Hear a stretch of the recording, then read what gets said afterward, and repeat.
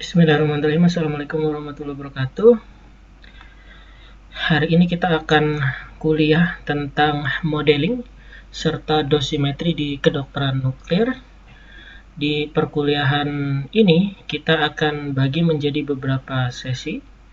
Di sesi yang pertama kita akan belajar tentang modeling khususnya untuk tracer kinetik.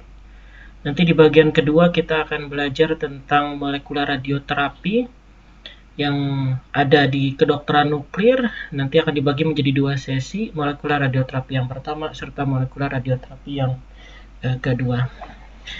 Untuk menyingkat waktu, mari kita mulai perkuliahan kita hari ini dengan pertemuan pertama untuk materi tracer kinetic modeling. Adapun tujuan dari pembelajaran kita hari ini adalah yang pertama, diharapkan setelah mendapatkan pembelajaran ini, Anda dapat menjelaskan motivasi dari modeling farmakokinetik di kedokteran nuklir. Kemudian yang kedua adalah dapat memberikan atau menjelaskan definisi dari kompartemen dan juga tracer bersamaan dengan argumen mengapa definisi ini dipakai dan kegunaannya seperti apa di kedokteran nuklir. Dan yang terakhir adalah diharapkan Anda dapat menjelaskan beberapa limitasi dari kompartemen dan tracer dengan asumsi-asumsi yang digunakan di dalamnya. Ini adalah outline dari kuliah kita hari ini. Yang pertama adalah tentang motivasi, yang nanti di dalamnya juga kita akan belajar tentang pendahuluan ilmu farmasi yang berkaitan dengan ADME, Administration, Distribution, Metabolism, sama Elimination. Yang kedua kita akan belajar tentang konsep modeling.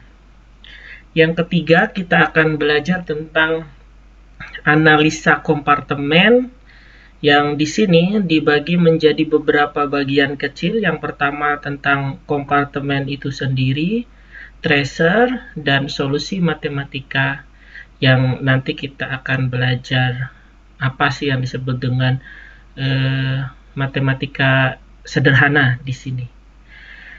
Kita juga akan melihat contoh dari aplikasi ini di kedokteran nuklir. Yang kelima kita akan belajar tentang seleksi model, dan yang terakhir adalah kesimpulan. Oke, mari kita mulai dari bahasan yang pertama, yaitu motivasi. Apa sih tujuan dari pengukuran yang kita lakukan, khususnya di kedokteran nuklir? Tujuannya secara umum adalah kita dapat menginterpretasikan dan mendevelop secara lebih jauh dari suatu sistem yang kita investigasi. Yang dari hal ini kita akan belajar lebih detail bahwa khususnya di kedokteran nuklir, jika kita ingin melakukan suatu terapi, maka kita membutuhkan data yang lumayan banyak. Dan jika kita bayangkan ya, satu data itu diperolehnya untuk data aktivitas di organ misalnya, kita membutuhkan suatu image yang diperoleh dari imaging device di kedokteran nuklir seperti planar scintigraphy, PET atau SPECT. Maka kita bisa menyatakan pengukurannya harus diulang beberapa kali. Hal ini dibutuhkan untuk memperoleh jumlah data yang cukup, yang nanti akan dievaluasi, yang nanti akan dapat menghasilkan dosimetri yang optimal. Oleh karena itu, sangat dibutuhkan sekali suatu metode yang dalam hal ini dapat mereduksi jumlah data yang dibutuhkan untuk menginvestigasi suatu sistem biologi tertentu, khususnya dalam hal dosimetri. Nah, salah satu metode yang dapat kita gunakan yang sangat baik adalah metode model farmakokinetik. Di sini dibagi menjadi dua buah analisa ya. Yang pertama adalah analisa multivariat, yang dimana analisa multivariat ini merupakan analisa kualitatif dan segmentasi yang di dalamnya juga terdiri dari analisa faktor, analisa klaster, dan analisa komponen prinsipal yang penting. Dan ada juga yang lain adalah analisa kompartemental, yang dalam hal ini kita mengintegrasikan informasi-informasi tambahan terhadap sistem yang sedang kita investigasi kepada analisa yang kita lakukan, yang dalam hal ini tentulah analisa secara kuantitatif, dan mungkin juga kita akan menggunakan informasi-informasi dari parameter fisiologis dari sistem tersebut. Nah, untuk kita bisa mempelajari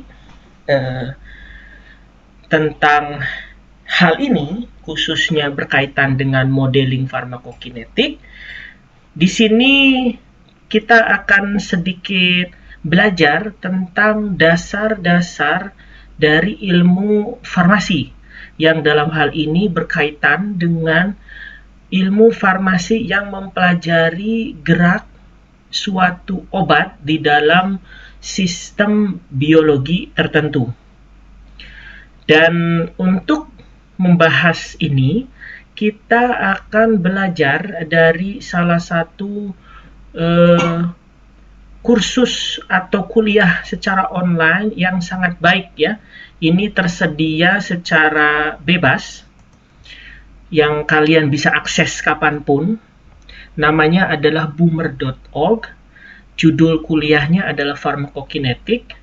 Dan di sini kalian bisa lihat ini sebenarnya untuk orang farmasi ya. Tapi sekali lagi, dikarenakan teori-teori ini dibutuhkan, khususnya untuk orang yang berkecimpung di dunia kedokteran nuklir, karena kita tahu kan ya, di kedokteran nuklir kan kita bicara drug, yang dalam hal ini pastilah terlabeli dengan suatu radionuklida tertentu, dan dia akan diinjeksikan ke dalam tubuh pasien misalkan.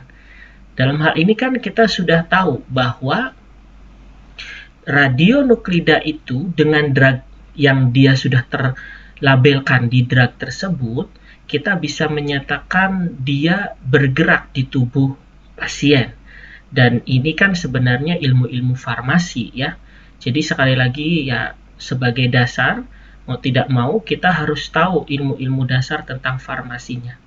Nah, di sini kita tidak usah mempelajari semua hal yang berkaitan dengan farmakokinetik ini sampai detail, tapi setidaknya jika kalian lihat di sini di bagian table of contents, ada sekitar 25 pokok bahasan yang saya rekomendasikan adalah bahasan nomor 3, 4, 6, 19, dan 23. Ini berkaitan langsung dengan apa yang kita butuhkan di kedokteran nuklir. Tapi untuk sekarang kita hanya akan membahas poin 3 dan 4 saja ya, sebagai dasar untuk kita bisa mengerti tentang ilmu farmasi dasarnya. Tapi sekali lagi sangat disarankan sekali kita untuk belajar lebih banyak ya, khususnya di materi-materi yang lain. Dan kalau bisa sih ya, kalau tertarik bisa semuanya, tapi setidaknya yang berwarna biru inilah ya yang dipelajari. Oke, mari kita mulai di bagian yang pertama tentang biopharmaceutics dan pharmacokinetic introduction. Nah, dari bagian ini diharapkan setelah melewatinya, yang pertama dapat memperoleh pengertian yang setidaknya basic ya dari bagian atau pengaruh dari suatu biofarmaceutics atau farmakokinetik, dan juga diharapkan dapat memiliki pengetahuan umum tentang faktor-faktor yang dapat mempengaruhi laju dan konsep dari pergerakan obat di dalam tubuh suatu biological system ya, dalam hal ini manusia, yaitu konsep absorpsi, konsep distribusi, metabolisme, dan ekskresi. Oke, kita lanjutkan. Di sini sebenarnya kita ada gambar ya, tapi sayangnya memang karena tidak bisa dilihat secara bebas, karena kan kita kan bukan orang yang mengikuti kuliah ini memang terdaftar ya, tapi kita kan memang menggunakannya secara gratis. Jadi kita tidak bisa melihat gambarnya, tapi apa yang saya bisa jelaskan seperti ini, bahwa di sini sebenarnya ada suatu gambar yang memperlihatkan suatu anak kecil yang dimana dia diberikan injeksi, kemudian dia mendapatkan injeksi itu, dia berkata bahwa bagaimana bisa dia memperoleh obat di tempat yang lain tapi bisa sakitnya di tempat yang lain. Itu kata kuncinya. Dan itulah salah satu basic dari ilmu farmakokinetik. Bagaimana suatu obat bergerak di suatu biological systemnya, dalam hal ini tubuh, dan bagaimana cepatnya pergerakan ini terjadi. Dan pergerakan ini sekali lagi ya, nanti kita akan bahas berkaitan dengan absorpsi, distribusi, metabolisme, dan ekskresi dari drug yang akan kita diskusikan berikutnya.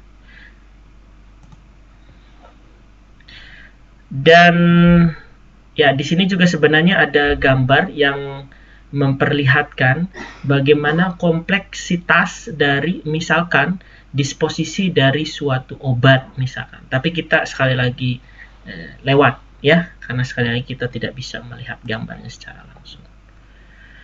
Nah, secara umum ya, transport dari drug itu digambarkan dengan bagan ini, di mana kita misalkan ya, kalau drugnya itu diminum secara oral misalkan melalui mulut, maka kita akan melewati proses apa yang disebut dengan absorpsi, karena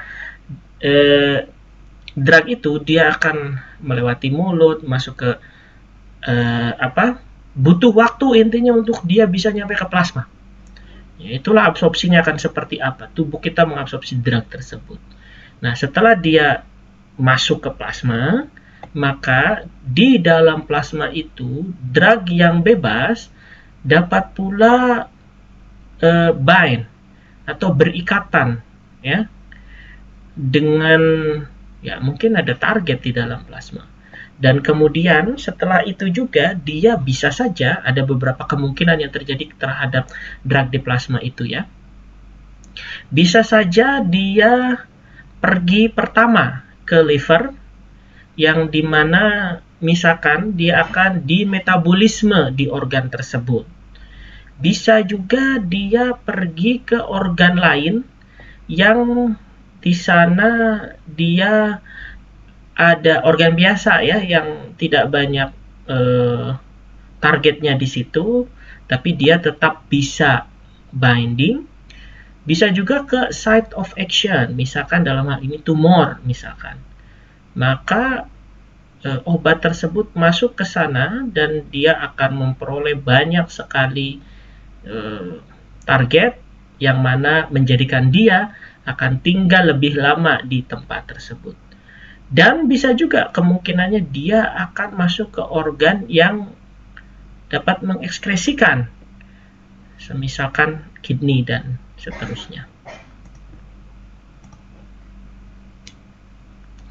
Nah, bagaimana kita menggambarkan sistem tadi ya, bagaimana drug masuk ke dalam tubuh, kemudian dia keluar ataupun didistribusikan dan seterusnya, itu sebenarnya dapat digambarkan dengan pemodelan seperti ini ya. Yang kalian lihat di bagian atas adalah pemodelan untuk satu kompartemen. Jadi drug masuk ke dalam sistem biologi dan keluar. Bisa juga model dengan dua kompartemen, di mana drug masuk, kemudian dia terdistribusi di kompartemen ini, dia bisa berpindah, misalkan ya, ini kompartemen yang kita gambarkan sebagai plasma misalkan, dan dia bisa masuk ke tisu ya, kemudian dia bisa balik lagi ke plasma dan dieskresikan. Bisa juga seperti ini jika kita misalkan ya, yang berwarna biru ini adalah plasma, ini injeksinya, kemudian kita mendefinisikan dua buah jenis organ yang berbeda ya, organ yang ini dan organ yang ini, dan ada rate, pertukaran rate antara ketiga kompartemen ini, dan nanti juga dari plasmanya dapat dikeluarkan dari sistem biologi tersebut. Nah, kalau kita gambarkan ya sistem dari kompartemen model untuk yang jumlahnya hanya ada satu, sebenarnya sistemnya digambarkan seperti ini. Dimana misalkan kita ada suatu sistem biologi, dalam hal ini manusia atau pasien kita injeksi dengan drug ya, kemudian kompartemen itu menunjukkan apa? Ya tubuh keseluruhan dari pasien tersebut.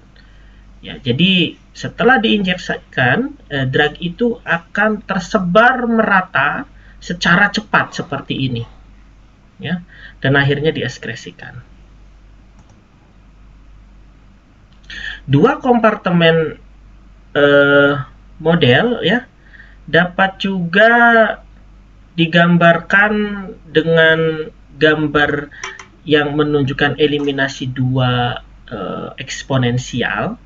Dan kalau kalian lihat di sini, di bagian awal kita melihat pada waktu time 0 di sini konsentrasinya 0, dan kemudian konsentrasinya naik. Setelah naik itu dia turun. Nah, disinilah absorpsi terjadi. Ini menggambarkan bagaimana tubuh atau suatu sistem biologi mengabsorpsi drug ya, dan akhirnya setelah mencapai puncak dia mengeliminasinya. Dan eliminasi ini dapat digambarkan dengan satu ataupun dua kompartemen ya. Tergantung dari bagaimana jenis eliminasinya dan ada berapa eksponensial yang dapat menggambarkannya. Dan ini adalah contoh dari injeksi ke pembuluh vena secara bolus yang dapat digambarkan dengan dua kompartemen model ya. Jadi di sini sebelum diinjeksi misalkan, kemudian kita injeksikan dengan drug. Setelah kita injeksi dengan drug, maka drug itu akan tersebar ke dalam tubuh pasien tersebut, dan pertama akan terkonsentrasi pada organ-organ yang misalkan memiliki banyak target untuk drug yang kita injeksi tersebut, dan setelah itu dia akan tersebar secara merata dan tereliminasi. Dan penggambarannya seperti ini ya, jadi dia bisa diinjeksikan, kemudian dia bisa masuk ke peripheral kompartemen, dan dia bisa dieliminasi dengan laju kinetik K0, K12, K21, dan K10. Nah, kalau kita bicara misalkan dari absorpsi dan eliminasi ya, jadi dari suatu grafik yang isinya itu ada, kita bisa lihat absorpsi dan ada bagian eliminasinya. Biasanya kita menyatakan drug tersebut dapat memberikan efek pada suatu, jika dia memiliki konsentrasi pada suatu angka tertentu. Misalkan di gambar ini kita memperoleh drug yang kita lihat grafiknya ini dapat memberikan efek jika dia mempunyai konsentrasi 4 misalkan miligram per liter. Dan maksimumnya itu kalau dari grafik kita bisa lihat sekitar 8 ya. Jadi kalau kita memperoleh grafiknya bentuknya seperti ini, maka kita akan bisa mengetahui secara mudah bahwa pada saat waktu ini dia memperoleh efek ya, dan akan memperoleh maksimum sampai sini. Jadi ini adalah window-nya di mana drug tersebut memperoleh efek dari drug yang grafiknya tergambarkan ini. Dan durasi dari efeknya berarti pada saat dia melewati angka 4 dan pada saat dia lebih kecil daripada angka 4. Nah, di sini ada beberapa parameter-parameter yang perlu kita perhatikan ya, parameter-parameter dari farmakokinetik yang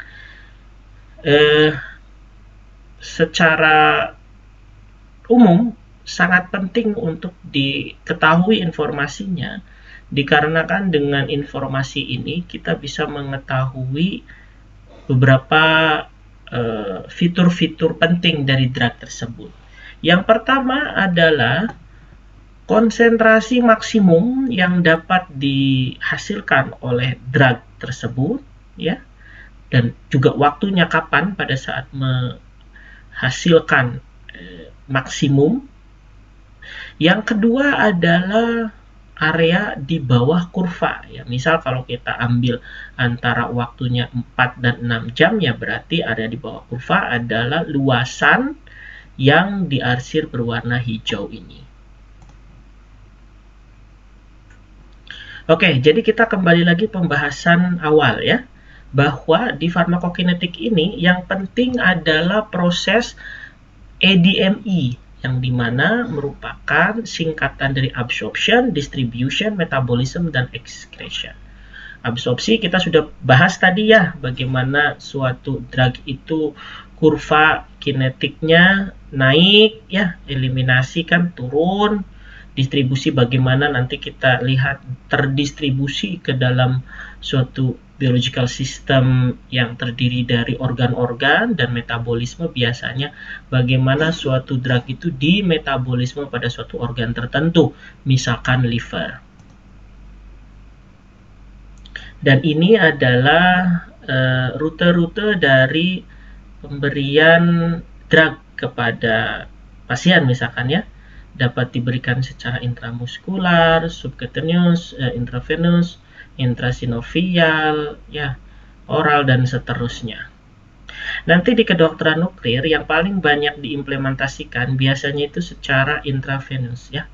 Jadi diinjeksikan, dapat berupa bolus atau dapat berupa infusi ke pembuluh vena dengan suatu jarak infusi tertentu.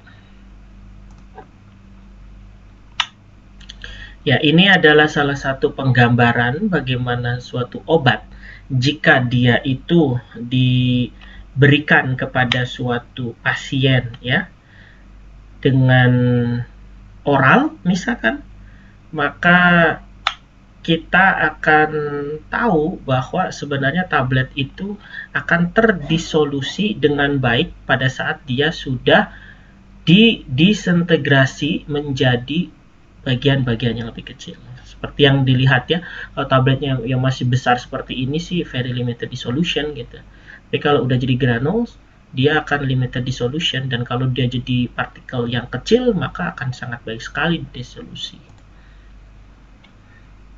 Dan ini adalah salah satu contohnya ya, bagaimana untuk obat yang sama jika kita memiliki ukuran dari partikelnya berbeda, maka absorpsinya juga akan berbeda. Dan dimana yang kalau kita lihat di sini fine ya, ukuran partikel size-nya itu memiliki absorpsi yang menghasilkan peak yang lebih tinggi dibandingkan dengan yang lain. Oke, ini adalah contohnya ya, obat-obat yang dapat menghasilkan absorpsi yang berbeda dikarenakan bentuk dari ukurannya. Dan mungkin kalau kita lihat di sini, ini sudah banyak aplikasi, jadi kalian nanti bisa cek sendiri ya. Mari kita kembali lagi ke sini, dan di sini kita akan melanjutkan kuliah kita di bagian yang kedua. Untuk yang lebih sederhananya, kita akan membahas tentang IV bolus one compartment model. Jadi model satu kompartemen untuk IV sekali lagi intravenous lah. Jadi injeksi melewati pembuluh vena secara bolus.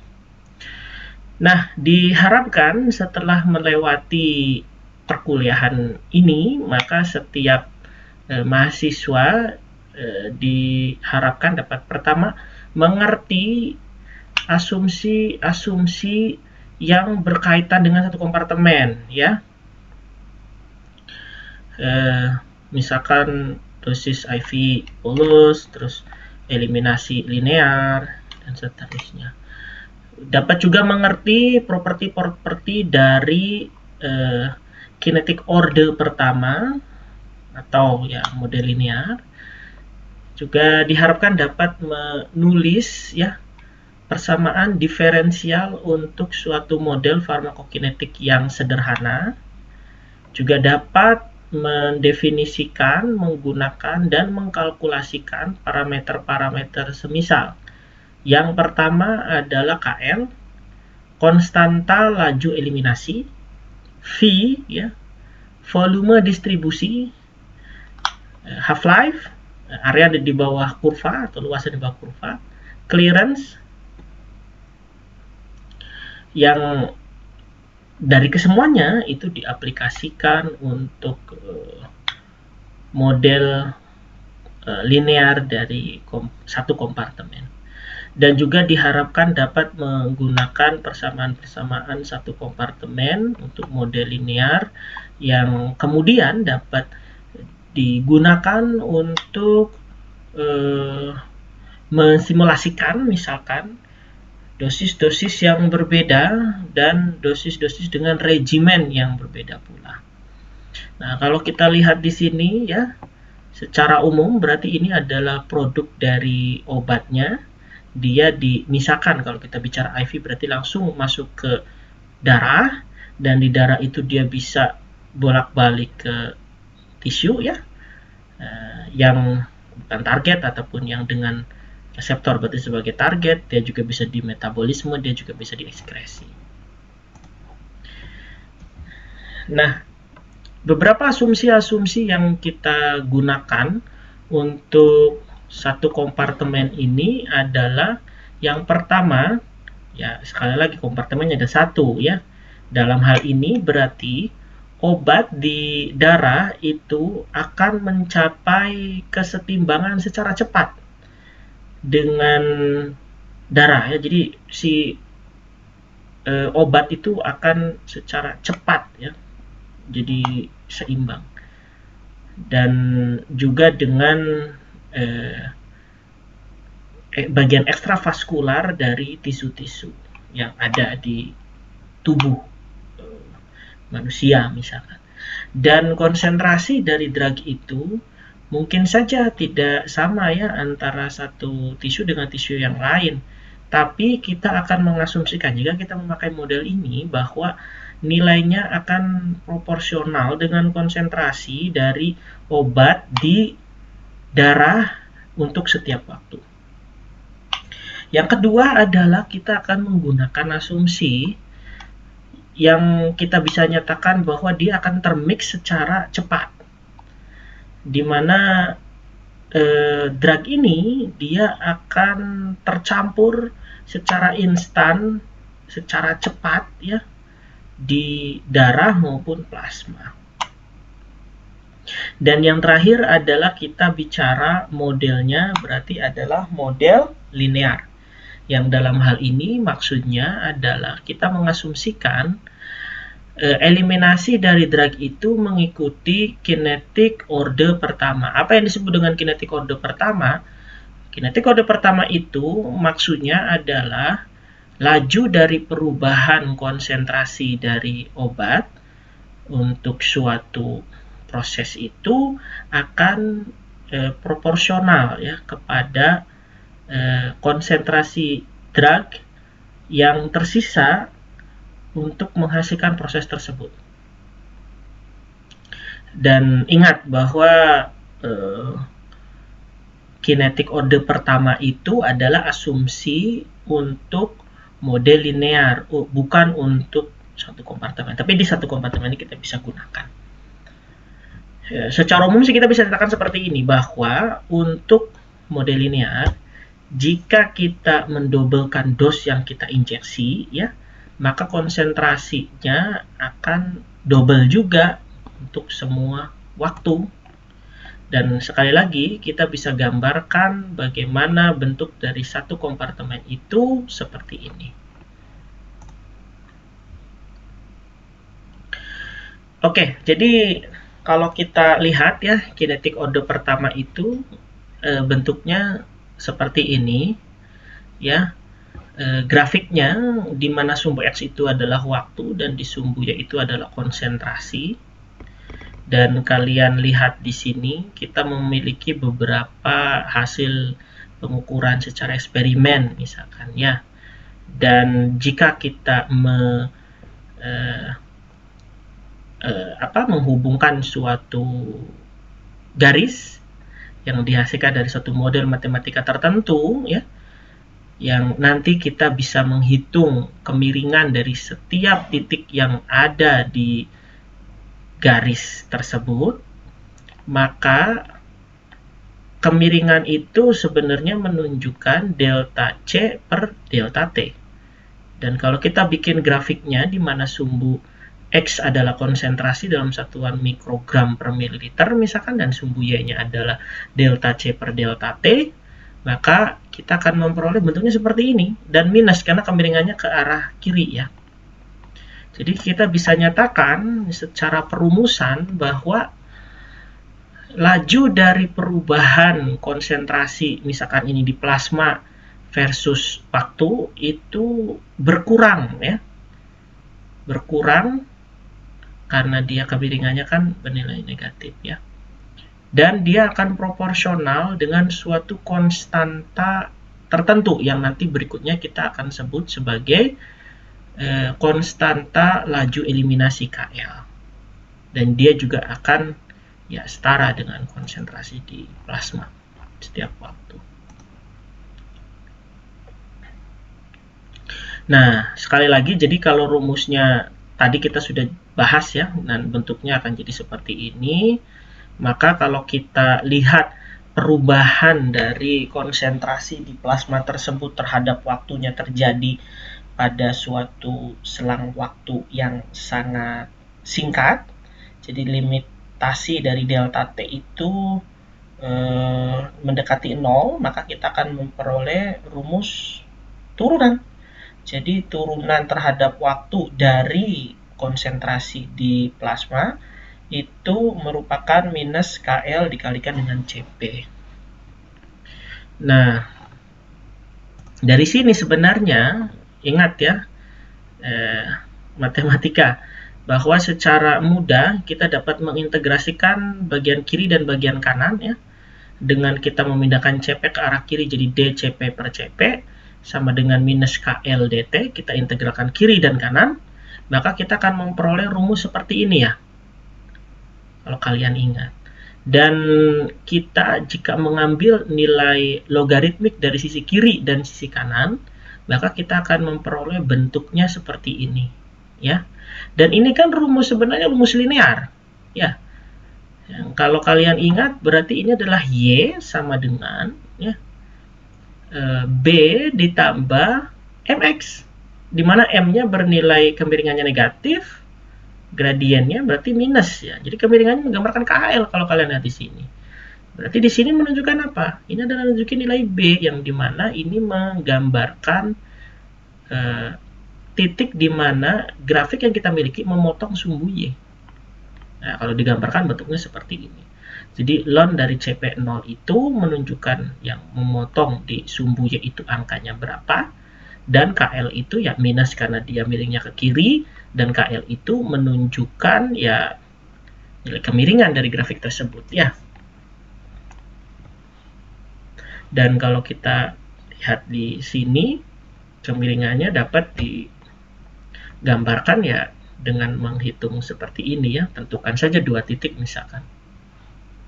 Ini adalah titik 1, ini adalah titik 2, kalian hitung T1, kalian hitung CP1-nya, ini adalah T2, CP2-nya, dan kalian bisa menghitung kemiringannya dengan rumus seperti ini.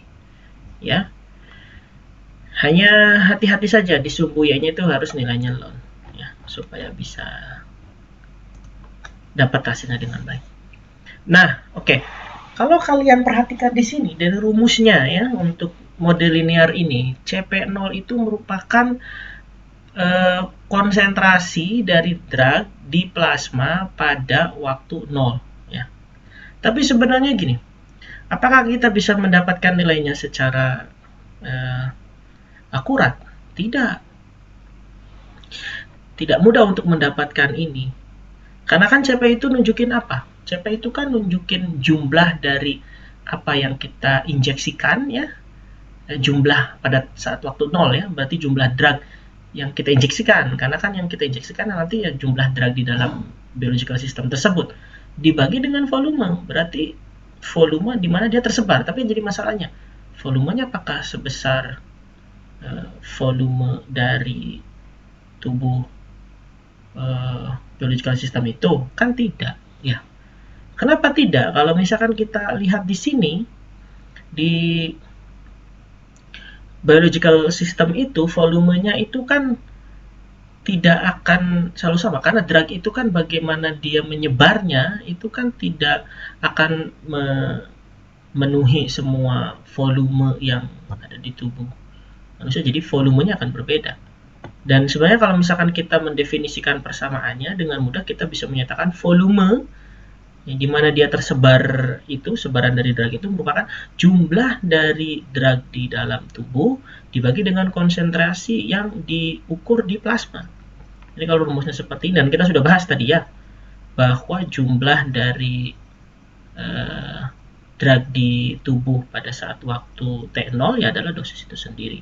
Dan CP-nya jadi CP0. Jadi CP0 bisa digambarkan seperti ini. Dan kita akhirnya memperoleh seperti ini. Nah, ini adalah contoh yang sangat baik yang menjelaskan bahwa volume itu memang tidak harus sebesar ya volume dari biological system tersebut gitu. Karena contohnya gini, kita memiliki suatu cairan misalkan ya, kemudian kita masukkan suatu drag tertentu, maka dia akan tersebar secara merata. Nah, di sini kita akan memperoleh misalkan dosis dari dragnya itu adalah 10 mg, CP0-nya 20 mg per liter, dan volumenya ya sebesar ini ya.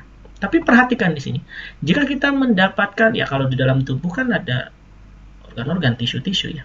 Ya, kita masukkan misalkan ya kayak arang ini misalkan ya. Dan kalau kalian perhatikan, maka drag itu misalkan dia akan berikatan dengan benda ini, yang hitam ini. Apa yang terjadi? Ya, konsentrasinya kan dia akan jauh lebih kecil kalau kita lihat secara umum di sini ya. Nah, dari sini lihat sistemnya bisa berbeda. Jadi volumenya nggak harus ya sebesar dari volume itu gitu kalau dibandingkan dengan seperti ini. Ini kan mirip dengan mekanisme tubuh dari manusia ya. Oke. Ya, ini kalian bisa lihat ya berikutnya bagaimana kita bisa mengukur misalkan bagaimana volume itu dari eksperimen dan seterusnya.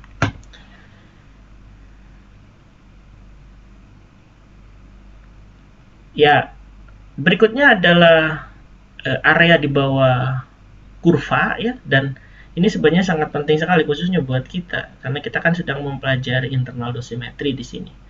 Dan internal dosimetri itu kan sangat berkaitan dengan EUC. Kenapa? Nanti kita akan bahas di bagian yang lainnya ya. Tapi secara umum EUC memang jadi salah satu parameter penting ya di farmakokinetik, dikarenakan misal ya, dia dapat menggambarkan toksikologi di mana EUC ini dapat digunakan untuk mengetahui bagaimana exposure dari suatu drug tertentu. Dapat juga untuk menggambarkan biopharmaceutics ya, untuk membandingkan misalkan suatu drug satu dengan drug yang lain, bagaimana parameter EUC-nya, juga dapat menggambarkan bagaimana farmakokinetiknya. Di mana EUC ini berikutnya ya untuk dapat juga digunakan untuk menghitung parameter-parameter farmakokinetik yang lain seperti clearance dan bioavailability misalkan, dan seterusnya. Ya. Nah, di sini kita definisikan ya parameter lainnya yang penting juga di farmakokinetik yang disebut dengan clearance. Secara umum, clearance itu menunjukkan seberapa cepat suatu drug dieliminasi dari tubuh. Dan kita juga dapat menggambarkan perumusannya sebagai perubahan terhadap waktu dari amount, ya, dalam hal ini ya berarti amount dari drug, itu merupakan minus clearance dikalikan dengan CP. Jadi kalau misalkan kita sedikit rubah, ya, clearance itu berarti apa? Berarti merupakan minus dari perubahan X terhadap waktu, turunannya dengan limit mendekati 0 dibagi dengan CP, konsentrasi di plasma pada setiap waktu. Kita coba integralkan atas dan bawah, sehingga di bagian atas ini kita akan memperoleh nilainya ya berarti X itu sendiri ya, karena di sini ada dt. Jadi X-nya pada saat kalau kita ambilnya 0 kan berarti kita bicara dosis ya. Dan integral CP/dt kita sudah bahas sebelumnya, itu merupakan EUC. Nah, dari sini maka kita akan memperoleh bahwa dx/dt itu kan minus KL dikalikan dengan X ya. Dan minus KL X itu kan bisa digambarkan dengan volume dikalikan dengan konsentrasi. Nah, KL dikalikan dengan volume itu jadi CL kalau kalian lihat dengan membandingkan rumus ini dengan rumus yang awal tadi. Nah, dari sini kita bisa tahu hubungannya antara laju eliminasi dengan clearance, yang dimana clearance merupakan laju eliminasi dikalikan dengan volume. Ya, dari situ juga kita nanti bisa menghitung half-life. Oke, jadi dari sini kita bisa mengetahui sekali lagi rumus penting ya untuk satu kompartemen, dalam hal ini untuk model yang linear. Jadi perubahan konsentrasi di plasma terhadap waktu itu minus KL dikalikan CP, atau juga kita bisa menggunakan dx/dt merupakan minus KL dikalikan dengan X. Dari satuannya kita bisa melihat bahwa dari rumus ini satuan dari elimination rate itu adalah 1 per waktu ya. Demikian pula dari sini kita bisa memperolehnya. Dan sekali lagi kita sudah bahas sebelumnya bahwa untuk mendapatkan nilai laju eliminasi kita dapat menggunakan grafik dan dapat menggunakan rumus ini ya. Oke. Itu kemudian ya, kita juga dapat mendefinisikan apa yang disebut dengan half-life dari eliminasi ya, yang dimana kalau kita lihat di sini dia menggunakan rumus yang sudah ada tadi ya, tapi kita ambil logaritmik dari sisi kiri dan sisi kanan, dan kita definisikan bahwa di sini itu pada suatu waktu akan jadi setengahnya dari CP awal. Ini CP awalnya, jadi T-nya kan jadi half-life ya. Dengan kita sedikit matematika, kita akan memperoleh bahwa half-life dari suatu drug ya, itu merupakan ln 2 dibagikan dengan elimination rate. Jadi inilah hubungannya elimination rate dengan half-life ya. Ini adalah contohnya bagaimana cara mendapatkan half-life. Kalau kita punya grafiknya ya, sumbu Y-nya ingat dalam log, dan kita ambil 2 titik, yang dimana titik ini misalkan nilai konsentrasinya CP dan nilai untuk titik yang kedua konsentrasinya setengah CP, maka ini menggambarkan waktu untuk dua nilai CP tersebut, maka kita bisa menghitungnya dengan menghitung perbedaan antara waktu T2 dengan T1 ya, jadi half life-nya itu.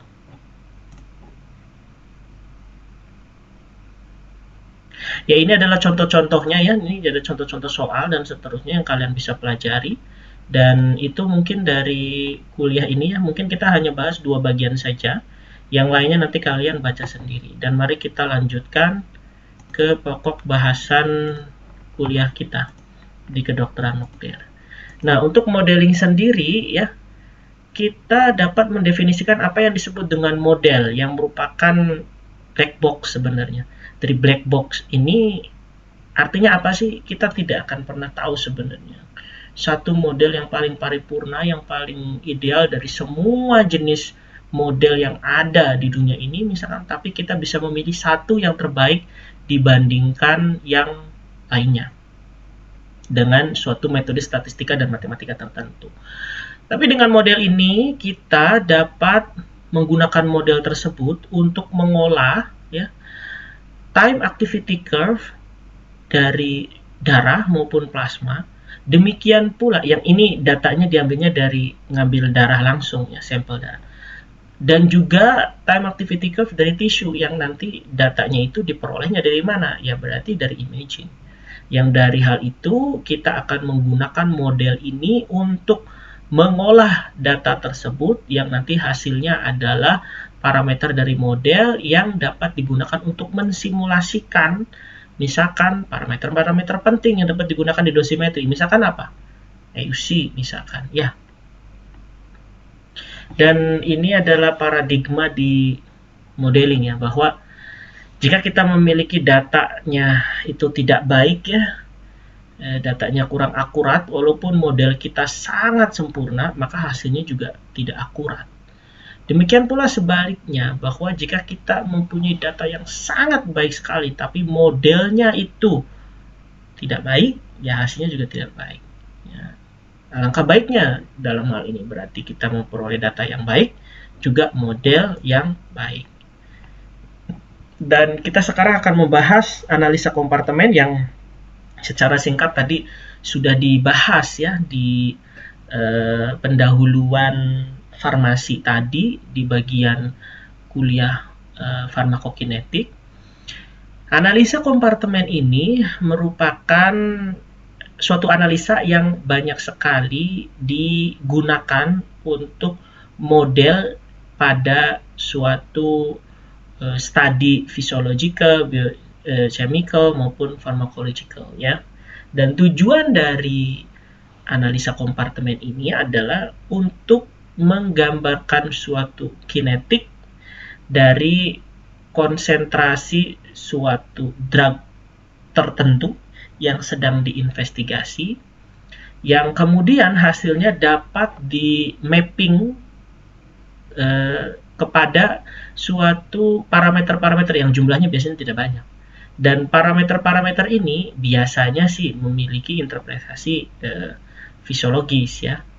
Dan dia juga dapat mendeskripsikan, mengekstrapolasi atau memprediksi suatu sifat dari sistem yang sedang diinvestigasi. Dan kalau dari definisinya sendiri, kompartemen itu apa? Kompartemen itu merupakan suatu volume atau suatu ruang yang dimana drug akan menjadi uniform distribusinya secara cepat ya. Dan dalam hal ini juga semua molekul berarti mereka akan bersifat sama. Di sini kompartemen itu dapat menggambarkan apa? Kompartemen itu dapat menggambarkan drug yang berbeda ya. Dan ya drug berbeda ini mungkin diperlukan untuk dapat menggambarkan kinetiknya dengan baik. Dan tadi kan kita sudah mempelajari ya tentang model kompartemen dengan jumlah 1 untuk model linear. Di sini kita akan mempelajari model 2 kompartemen, di mana model 2 kompartemen itu digambarkan seperti ini. Jadi ada suatu injeksi masukan sebesar U1 masuk ke dalam suatu kompartemen dengan volume V1 dengan jumlah dari amount-nya X1, dan kemudian dia dapat dieliminasikan dengan laju eliminasi K10, dia juga bisa berpindah ke kompartemen lain di mana dinyatakan sebagai kompartemen X2 dengan volume V2, dan dia juga bisa kembali dengan K21, laju K21, dan dapat tereliminasi juga dari kompartemen ini keluar dengan laju eliminasi sebesar K20. Dan kita di sini dapat memperoleh persamaan diferensialnya berbentuk matriks seperti ini ya. Kalian bisa pelajari. Dengan constraint K-nya itu tidak boleh lebih kecil daripada 0, dan injeksinya juga tidak boleh lebih kecil daripada 0, di mana X menggambarkan massa, V menggambarkan volume, serta Kij menggambarkan laju, parameter laju di sini. Definisi dari tracer sendiri itu merupakan substance yang sedang diinvestigasi, dan dia biasanya hanya diberikan pada suatu jumlah yang sangat sedikit. Kelebihan dari tracer ini, dia dapat menggambarkan sistem yang sedang diinvestigasi itu tidak terlalu banyak berubah dari suatu pengukuran tertentu ya. Jadi selalu dalam kesetimbangan stasioner, dan kita selalu bisa menggunakan konsep bahwa model yang nonlinear itu dapat dilinearisasi. Ini adalah salah satu contoh dari bagaimana aplikasi dari dua kompartemen model tadi, yang dimana kita mendapatkan suatu gambar otak ini misalkan ya, yang setelah diinjeksi, ini image yang diperoleh dari pasien setelah pasien tersebut diinjeksi dengan obat 11C raclopride, dan di image menggunakan PET. Ini adalah gambar struktur kimianya. Obat ini ya dapat mendeterminasi densitas dari reseptor dopamin D2, dan kita dapat menggunakan kuantifikasi menggunakan dua kompartemen model. Yang di sini kita bisa gambarkan bahwa ada ligan di dalam tisu, yang dimana dia mendapatkan inputan dari ligan di darah dengan laju sebesar K1. Ini adalah ligan yang dimana dia bind atau berikatan ya dengan targetnya, dan dia dapat berikatan dengan laju sebesar K3, dan bisa terlepas ikatannya dengan laju K4, dan bisa ligan di tisu ini tereliminasi dengan besar laju eliminasi K2, dan di mana ya tisu ini berarti kita menggambarkan suatu sistem otak di sini dengan binding potensial sebesar K3 dibagi K4.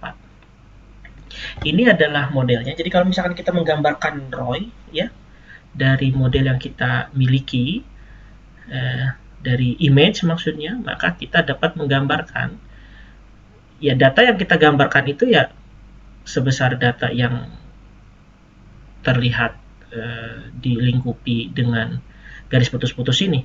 Jadi di situ ada bagian ekstravaskular dari tisunya, ada suatu bagian yang termetabolisme atau binding terhadap suatu target tertentu, dan kita juga ada di sini bagian blood ya, di mana di sini ada input functionnya yang nanti menggambarkan bagaimana drug itu masuk ke dalam suatu tisu dari blood.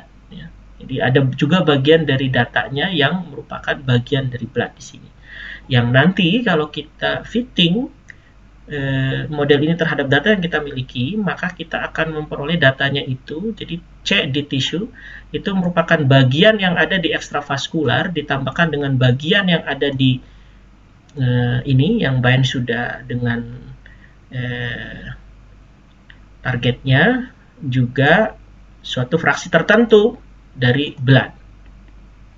Nah, kita dapat menggambarkan dengan beberapa model yang berbeda-beda ya, dan salah satu metode yang dapat kita gunakan untuk mengecek model mana yang paling baik yang dapat menggambarkan suatu data tertentu adalah menggunakan AKG Information Criterion. Dan dalam hal ini silakan baca ya paper ini, yang dimana paper ini kalian akan dapat mempelajari bagaimana memperoleh model yang terbaik dari beberapa model yang terpilih untuk menggambarkan data tertentu.